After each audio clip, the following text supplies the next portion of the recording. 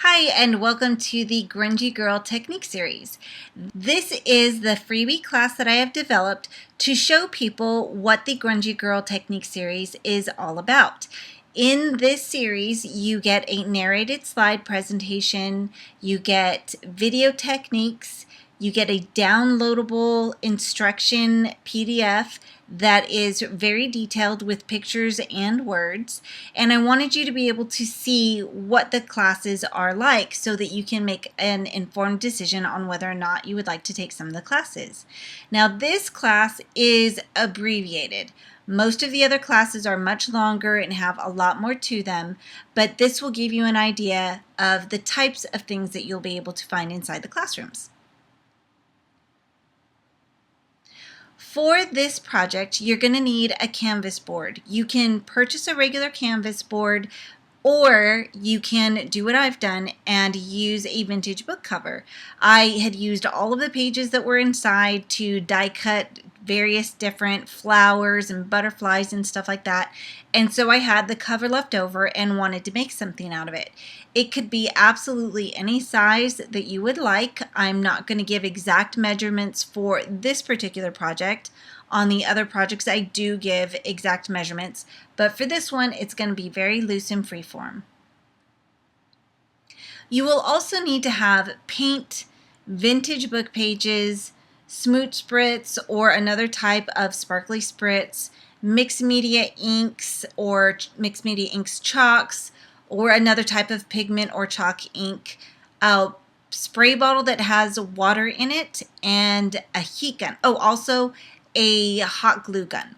These are the main supplies, and you can use a thin paint or a thick paint. My personal preference is the Liquitex Basics paints. It has a medium body to the paint, so there's a little bit of texture to it, a little bit of thickness to it, and it for the background of this project, you actually do need to use a paint that has a little bit more texture to it. If you want to add color to it later, you can use a thinner paint like the little Toll paints that come in bottles. But for the background, you do need to have a paint with a little bit of body to it. Other supplies that you will need is a butterfly punch or die.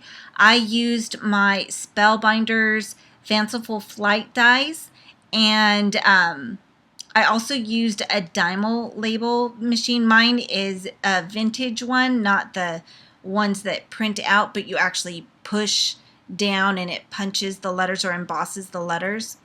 You'll need some string, some twine, driftwood or chipboard, or even cardboard, a stick, a paintbrush, or a pencil for the long piece that will go across, and again, that hot glue gun.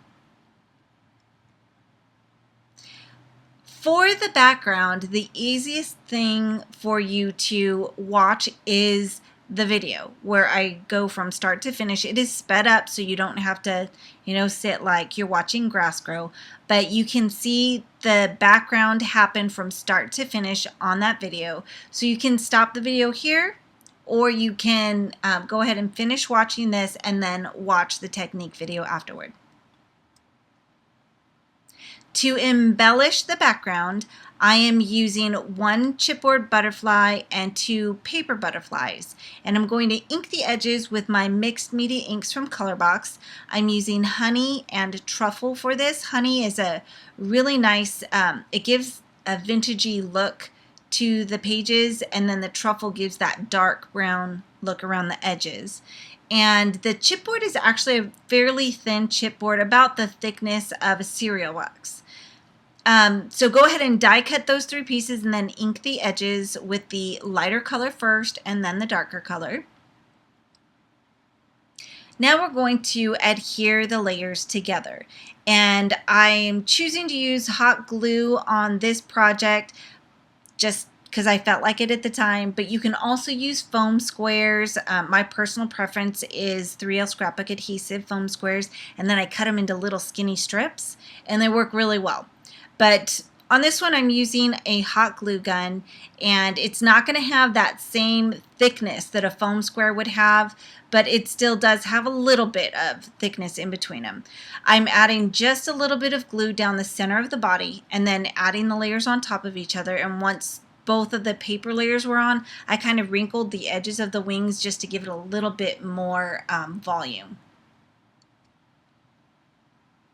Now you're going to tie your embellishments together. If you've got a pencil or a paintbrush, if you're using chipboard or cardboard, it doesn't really matter. You just want to have that same basic shape. So you want a rectangle, and then you want to have something long that's tied above that. I tied it with string, and then I did add a little bit of hot glue to the back of it just to keep it in place. It is going to be glued onto my project, so you don't have to use that much. I also created a Dymo label, and if you are going to be using a hot glue gun, let that hot glue cool a little while before you press the label into it, because the nature of Dymo labels, the vintage ones at least, if you put heat onto that label, you will lose any of the letters. So if you're using a regular Dymo label, don't use heat with it. I've learned this from experience.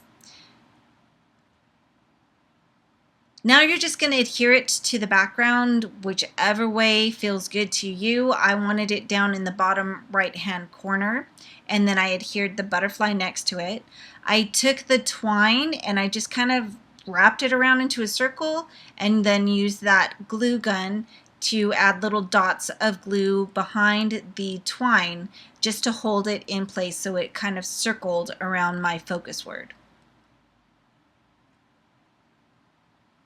I also used hot glue to adhere the twine to the back, and since this is such a really lightweight canvas, the hot glue is plenty. That's all that you will need for it to hang. I used the line that's printed on the back of it to line up the hangers, and then I just glued the two sides down, left that middle loose so that it can go just above the lip of the cardboard, and it hangs really well. And here are some photos of the actual canvas once it was finished. And here are some close-ups. You can see some of the bubbled texture that I got in the paint that you will see in the technique video. Thank you so much for joining me. I hope that you have enjoyed this free class, and if so, that you will join me for some of my other Girly Grunge classes. Here are places that you can find me on the web, and I hope to see you again soon. Bye.